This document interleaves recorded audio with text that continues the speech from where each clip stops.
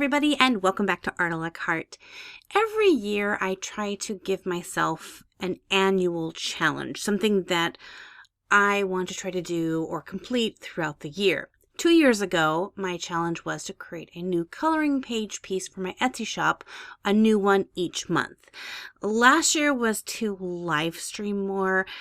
That didn't really happen. So this year, I decided to take another creative look at something. And this idea that had been bumbling around in my head was to take the gemstone for every single month and create a piece to go along with that.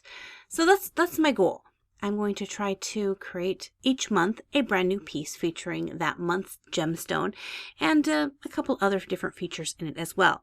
Along with it, I decided to stylize it into kind of an Art Nouveau kind of style with a very strict size of canvas or paper size. The month of January's birthstone is the Garnet, which is a very deep, deep red color. So I did a little bit of researching before I started designing this and knew pretty quickly that I wanted to include the fruit pomegranate just because a lot of people seemed to correlate the granite with the pomegranate, same deep, rich red color. And I thought that would make a really interesting piece. I hadn't painted anything with pomegranate before, so I thought, yeah. I also decided to go with a little bit of a Grecian style to this because the pomegranate has a very strong Grecian lore to it. If you don't know what I'm talking about, you can research that. I'm not going to go into the story, but it's kind of your typical Grecian deep dark story. But I wanted to have that slight undertone, so I gave her a little bit of a Grecian outfit. At first, I wanted to give her like a deep red cloak, almost go with like a Little Red Riding Hood look to it, but I like how this one turned out. In fact, as I was creating this piece, this went through so many transformations in just the thumbnail. If you guys follow me on social media, you probably will have seen several of them. I would post them. So she had a lot of different looks until I finally settled on this one. This piece in a whole took me about 4 days to create, which, judging on the size, that's a long time for me. I usually like to create a piece in a day or 2 days, sometimes 3 days if it's a really big piece. This was 4 days. It was a good day, maybe a day and a half of just figuring out the thumbnail sketch, getting the pose the way I wanted it. Another day just sketching and inking this in. I knew I wanted to do this in watercolor. I wasn't sure if I wanted to put Copic marker or color pencil with it, but I knew I wanted the base to be watercolor. So I knew I was going to have to get a really strong paper. So I will leave a link in the description box below of the watercolor paper that I use. It's my super toughest watercolor paper that I have. It holds the paint beautifully, but it is a beast to ink on. So it was very slow going.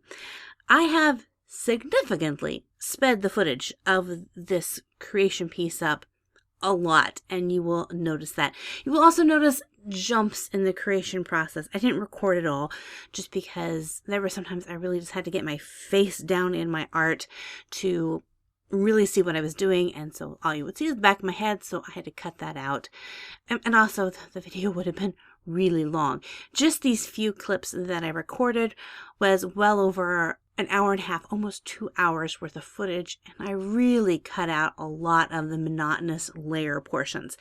When watercoloring, and I've talked about this before in other videos where watercolor, it's all about glazing and layering up your color. So you add a layer of paint, you let that dry sometimes or set, and then you add in more.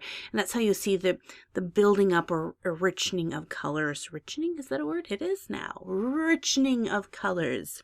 Lost my train of thought. So, yeah.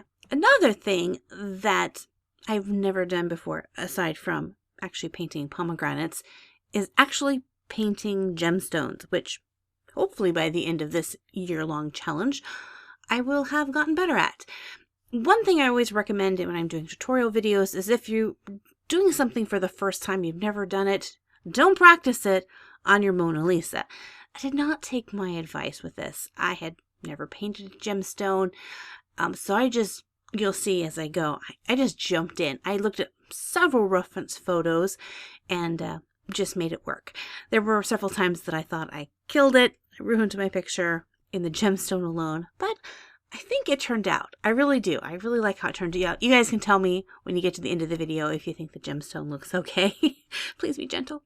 There was another thing with the coloring of this picture that I was just having a hard time deciding on. So I knew she was going to have a lot of dark tones with the dark reds and dark greens in the background. So I wasn't sure what I wanted the oval shape behind her to be. So initially I just went ahead and filled the color in with kind of a really bright sunny yellow. I knew that the yellow is something that I could cover up or manipulate later on, but it was a nice base tone. And I actually didn't decide what I wanted to ultimately do with the background until I was actually uploading this video onto my computer to edit. And then when I started going through the footage, I went, I know what I need to do. And so I went and fixed it. So you won't see that final process, me fixing it, but I will have a picture of the completed piece and you'll see what I did with that. So this piece is meticulous. A lot of work and time and effort and yes into this piece, but well worth it. And I'm so happy the way it turned out. It's rare that I get a piece that I'm working on that isn't a commission or for like the YouTube Artist Collective that I really find myself pushing myself so hard and really taking the time to put in the effort with. And this one was one of them I'm very excited about. And I'm really excited about the upcoming months. So a question I have to ask you guys though is some months they will have a more commonly known gemstone, but when you look it up, there are more than one gemstone per month. And I'm wondering if I should just take the most common gemstone or should I do all of them? Like there's one month that has 3 different gemstones in it. So what do you guys think? Should I do all 3 gemstones in that month? Because they're really cool. One's aquamarine. It is a fantastic stone, but it's not the most common stone. So let me know in the comment section below. What do you think? Should I do all the gemstones that are in the month or should I just take the most popular? I'm also curious to find out what your month gemstone is. Mine is an opal, which I'm kind of excited to do, but I'll have to wait. The next one I'm pondering on is good old amethyst, which is a beautiful purple, one of my favorite colors. So if you'd like to see the rest of the gemstones as they progress through the year, make sure to hit that subscribe button so that you don't miss out on any future videos. You can also check out the links to my shops where you can find prints for this picture on my Redbubble and probably pretty soon on my Etsy shop as well. Well, thank you guys for hanging out with me, and until next time, God bless you guys, and we'll see you in another art video. Bye-bye!